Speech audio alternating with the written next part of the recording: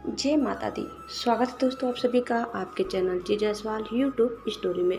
दोस्तों आज हम सुनेंगे महाभागवत देवी पुराण का 18वां अध्याय। इस अध्याय में भगवती गीता के वर्णन में मोक्ष योग का उपदेश है। देवी के स्थूल स्वरूपों में 10 महाविद्याओं का वर्णन है। इस स्वरूपों की आराधना से मोक्ष की प्राप्ति है। अनन्य शरणागति की महिमा का वर्णन है। हिमालय बोले, देवी यदि आपका आश्रय ग्रहण न करने वालों की मुक्ति ही नहीं तो कृपा करके मुझे यह बताइए कि मनुष्य किस प्रकार आपकी शरण प्राप्त करे। मात, देह बंधन से छुटकारे के लिए मोक्ष की इच्छा रखने वालों को आपके किस रूप का ध्यान करना चाहिए और आपकी कैसी परम भक्ति करनी चाहिए। श्री पार्वती जी बोली, हजारों मनुष्यों में कोई कोई सिद्धि के लिए प्रयास करता है और कोई सिद्धि के लिए तत्पर। उन हजारों लोगों में भी कोई कोई ही मुझे वस्तुतः जान पाता है। तात, मुमुक्षुओं को देह बंधन से मुक्ति के लिए मेरे निष्कल सूक्ष्मवाणी से परे अत्यंत निर्मल निर्गुण परम ज्योति स्वरूप सर्वव्यापक एकमात्र कारण रूप विकल्प रहित आश्रयहीन और सच्चिदानंद विग्रह वाले स्वरूप का ध्यान करना चाहिए। तात, मैं बुद्धिमानों की सद्बुद्धि हूँ। पर्वतराज, मैं ही पृथ्वी में पवित्र गंध के रूप में विद्यमान हूँ। मैं ही जल में रस के रूप में व्याप्त हूँ। चंद्रमा की प्रभा मैं ही हूँ। मैं ही तपस्वियों की तपस्या हूँ। सूर्य का तेज मैं ही हूँ और बलवान प्राणियों का काम राग आदि से रहित बल भी मैं ही हूँ।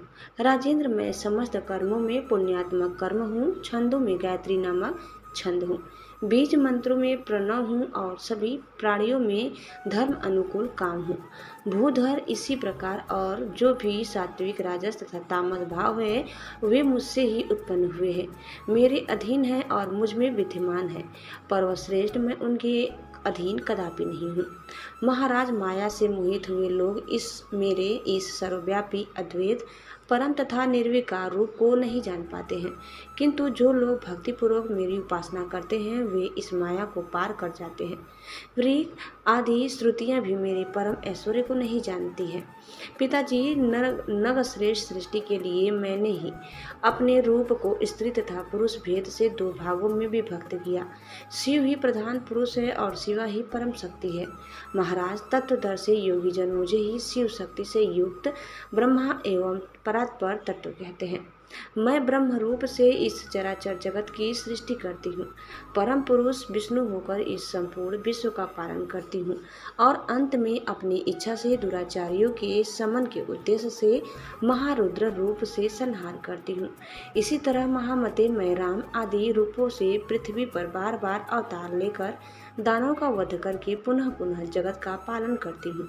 तात, मेरा सत्यात्मक रूप ही प्रधान है, क्योंकि अपने स्वरूप में स्थित रहता हुआ पुरुष उसके बिना कुछ भी करने में समर्थ नहीं है। राजेंद्र, मेरे इन काली आदि रूपों को स्थूल रूप जानूं। निष्पाप अपने सूक्ष्म रूप के विषय में मैं आपसे पहले ही बता चुकी हूँ।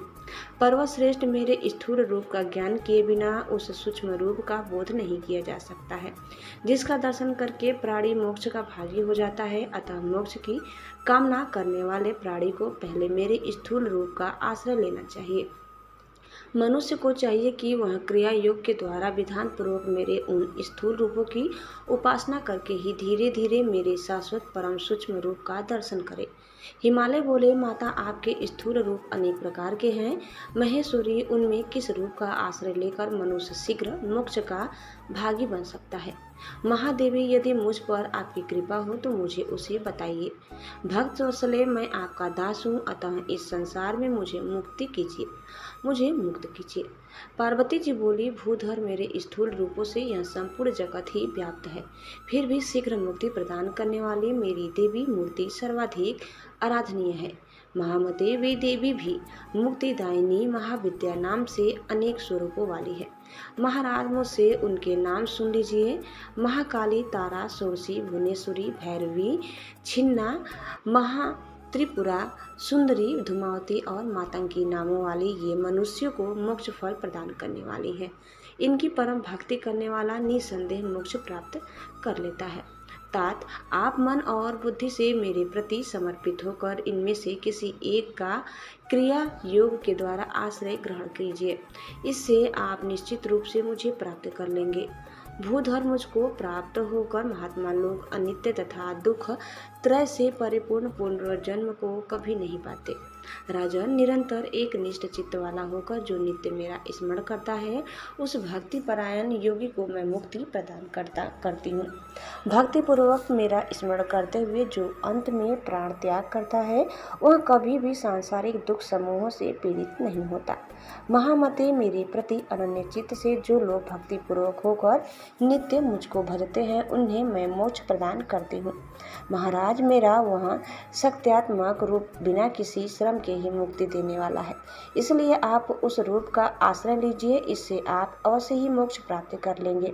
राजेंद्र, जो लोग श्रद्धा से युक्त होकर भक्ति पूर्वक अन्य देवताओं की भी उपासना करते हैं, वे भी प्रकार अंतर से मेरी ही उपासना करते हैं, इसमें कोई संदेह नहीं है। समस्त यज्ञों का फल प्रदान करने वाली मैं यद्यपि सर्वव्यापिनी हूँ, फिर भी जो लोग एकमात्र उन्हें अन्य देवताओं की भक्ति में तत्पर रहते हैं, उनकी मुक्ति अत्यंत दुर्लभ है।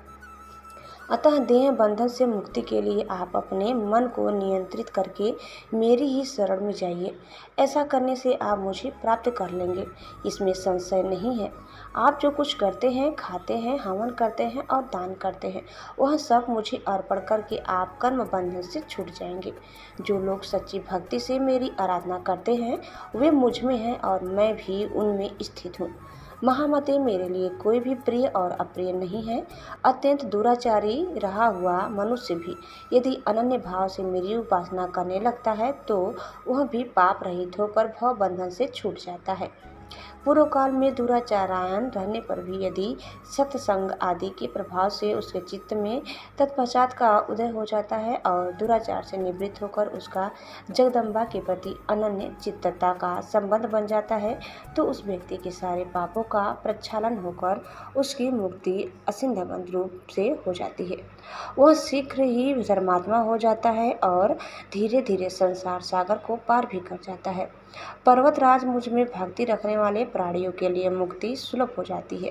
अतः महामते, आप पराभक्ति से युक्त होकर मेरी आराधना कीजिए। मैं आपको जन्म मरण रूपी समुद्र से निश्चित रूप से पार कर दूंगी। आप मुझ में अनुरक्त मन वाले होइए, मेरे उपासक बनिए, मुझे नमस्कार कीजिए और मेरे परायण होइए।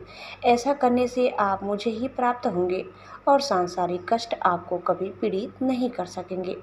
दोस्तों, इस प्रकार श्री महाभागवत महापुराण के अंतर्गत श्री भगवती उपनिषद में ब्रह्म विद्या योग शास्त्र के अंतर्गत श्री पार्वती हिमालय संवाद में मोक्ष योग उपदेश वर्णन नामक 18वां अध्याय पूर्ण हुआ। दोस्तों, आगे की कथा सुनने के लिए आप दूसरे वीडियो को अवश्य देखिए।